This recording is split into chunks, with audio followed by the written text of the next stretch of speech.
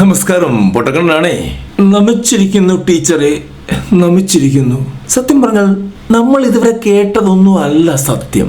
ആ സത്യം, ആ ഞെട്ടിപ്പിക്കുന്ന സത്യം നിങ്ങളൂടെ കേൾക്കണം എന്നുള്ള എൻ്റെ ആഗ്രഹത്തിൻ്റെ പുറത്താണ് ഈ വീഡിയോ ചെയ്യുന്നത്. നമുക്കത് കേട്ടു നോക്കാം. ടീച്ചറുടെ വൈറലായ വാക്കുകൾ. പദ്ധതിയുടെ പേരെന്താ? മഹാത്മാഗാന്ധി ഗ്രാമീണ തൊഴിലുറപ്പ് പദ്ധതി.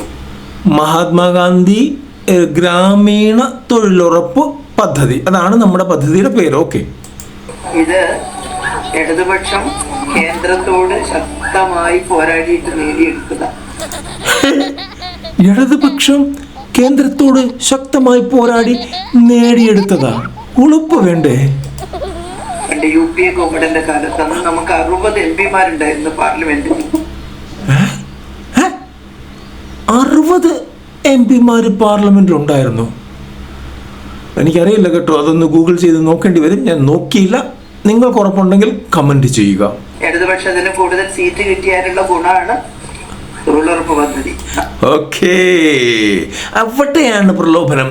ഇടതുപക്ഷത്തിന് കൂടുതൽ സീറ്റ് കിട്ടിയാൽ ഉള്ള ഗുണമാണ് തൊഴിലുറപ്പ് പദ്ധതി. എന്താ അർത്ഥം? നിങ്ങൾ വോട്ട് ചെയ്യണം, ഞങ്ങളുടെ MP-മാരെ ജയിപ്പിക്കണം. നമ്മൾ പറഞ്ഞു BJP വരാതിരിക്കാൻ നിങ്ങൾക്ക് പിന്തുണ തരാം. അതാണ് കോൺഗ്രസിനോട് പറഞ്ഞു BJP വരാതിരിക്കാൻ നിങ്ങൾക്ക് പിന്തുണ നൽകാമെന്ന്.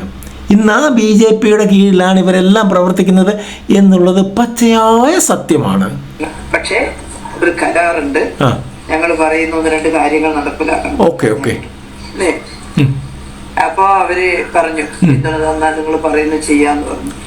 അതിൽ നമ്മൾ അങ്ങോട്ട് പറഞ്ഞിട്ടുള്ള ഏറ്റവും പ്രധാനപ്പെട്ട ഒരു കാര്യമാണ് ഇന്ത്യ രാജ്യത്ത് ഒരു കുടുംബത്തിൽ ഒരാൾക്കെങ്കിലും തൊഴിൽ ഗവൺമെന്റ് നൽകണം, കൂലി നൽകണം.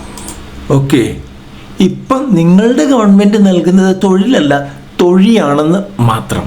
അപ്പൊ നമ്മൾ നിർബന്ധം പിടിച്ചപ്പോ 50 ജില്ലയിൽ തുടങ്ങാന്ന് പറഞ്ഞു. ഓ, രാജ്യത്ത് 50 ജില്ലയിൽ തുടങ്ങിയ കേരളത്തിന് ഒരു ജില്ലയിൽ പോലും കിട്ടില്ല. അല്ല തന്നെ കിട്ടിയിട്ട് എന്നാ മാങ്ങാത്തുലി ഉണ്ടാക്കാനായിട്ടാ? പിന്നെ നമ്മള് അതിശക്തമായി അല്ലെങ്കിൽ ഞങ്ങൾ പിന്തുണ പിൻവലിക്കുന്നു. ഓ, പേടിപ്പിച്ചു. UPA government പേടിപ്പിച്ചു. അല്ലെ? BJP വരാതിരിക്കാൻ ഓണത്തിന് ഒരു പ്രത്യേക അലവൻസ് വേറെ ഒരു സംസ്ഥാനം കൊടുക്കുന്നില്ല. കേരളത്തിൽ LDF ഉള്ളതുകൊണ്ട് ഇടതുപക്ഷം ഉള്ളതുകൊണ്ടാണ്. ഇങ്ങനെ തള്ളാൻ ടീച്ചർക്ക് മാത്രമേ പറ്റൂ. അതിനിപ്പം എനിക്കൊന്നും പറയാൻ കഴിയില്ല. ടീച്ചർ തള്ളിക്കൊണ്ടേയിരിക്കട്ടെ. നമുക്ക് അടുത്ത വീഡിയോ പിന്നീട് കാണാം. സബ്സ്ക്രൈബ് ചെയ്യാതെ പോകരുത്, പൊട്ടക്കണ്ണനാണേ.